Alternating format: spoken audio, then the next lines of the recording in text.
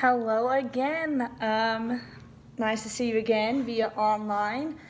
This week's reading was definitely very opinionated and controversial topics, so it was really interesting to read. So just to kind of high level go through the chapters again. So the sexual challenges one, I kind of liked how people talked about like the struggles that people have, because I feel like if you're not comfortable in your own skin, hearing that someone else had a challenge regarding intercourse, reading this could put you at ease, make you feel like you're not alone. So I feel like it definitely was well written and took into consideration people's sensitivity levels and things like that. There were definitely terms that I had, one, not even heard of, but two, got the chance to be educated on. So I was thoroughly impressed with that. We're always learning in today's world.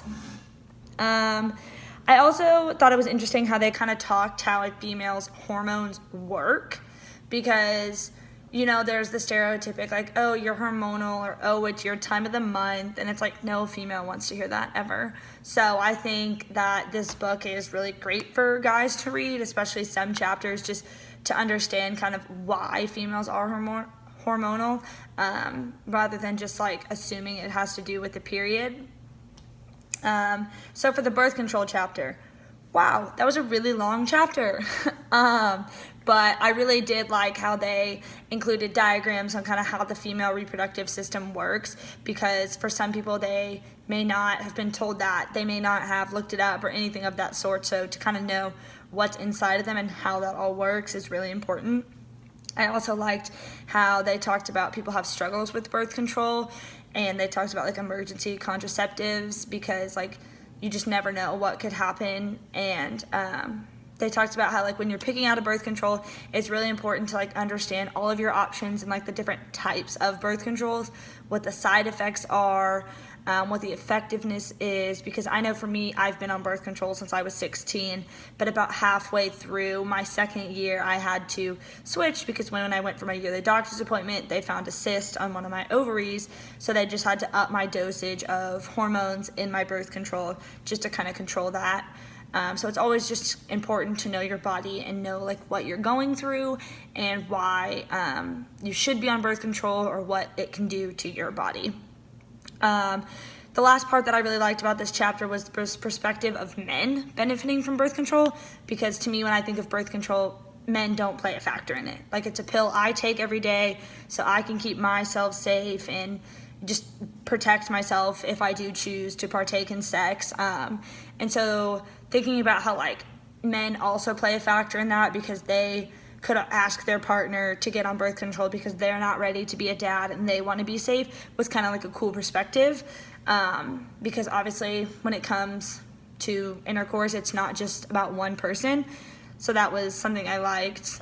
For the safer sex one, like I said in my discussion post, I never had the talk with my parents, which is weird because my dad and mom have 3 daughters, so you think they would have.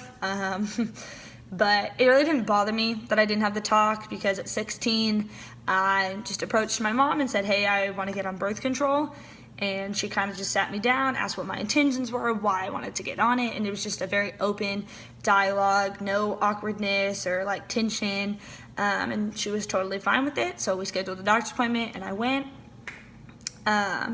I also liked to read the myths about the infections from sex, because I think it's just funny to see like how people can honestly be like so naive about like sex itself, because I feel like in today's world it's like, oh yeah, I slept with someone, like it's so like nonchalantly used, but it's actually something very serious, and if it's not done safely, correctly, consent, whatever you want to call it, it can be very bad.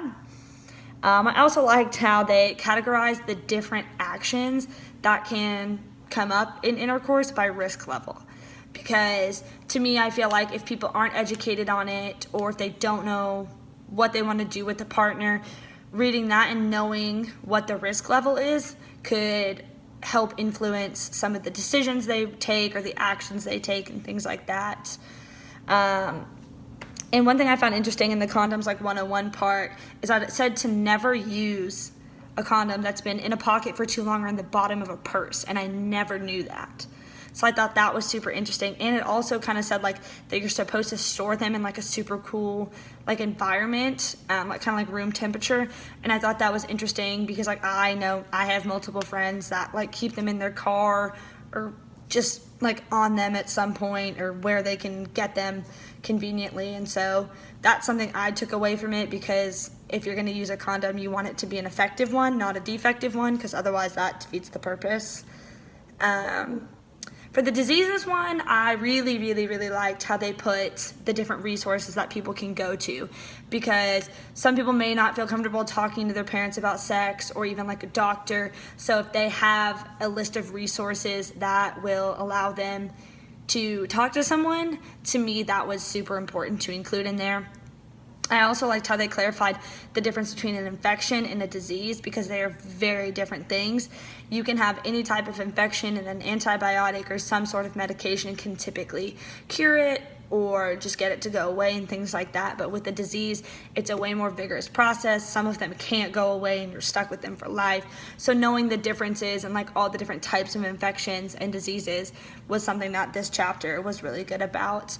And lastly, just kind of all the different like factors that could influence how one feels like about if they get told they have a disease or anything like that. Because in today's society, like people may or may not be cautious and ask, you know, how many partners have you been with? Do you have something?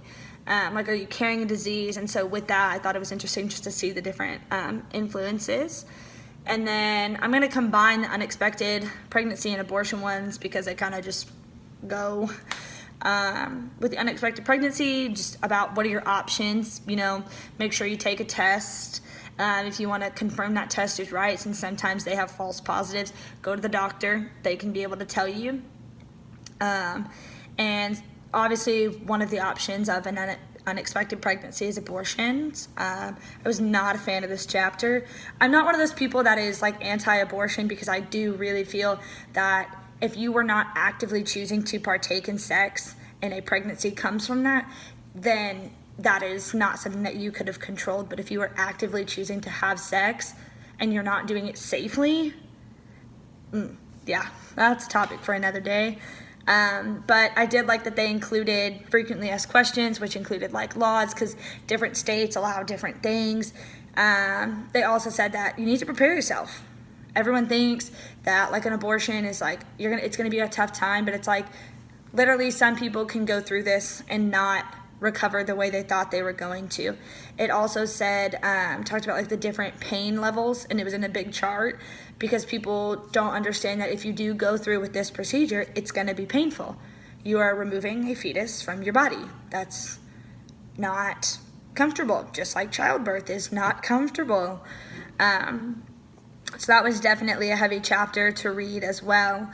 Again, these are very opinionated topics, and some of these topics are very political, which is special in and of itself. And then the last chapter, considering parenting, that was an interesting one to read. Being 20, I'm not ready for kids just yet. So that was interesting. And then I really liked how they talked about how like the influences can be really, really like heavy on people when they're deciding if they want to have kids, whether it's friends, coworkers, parents, your partner. Some people may not want kids, but you do. And so just all of the different things that play into wanting to become a mother or a father are definitely day-to-day things that people deal with. But that is a wrap on my video. I hope you enjoy it and can't wait to see what comes from next week's activities. Bye.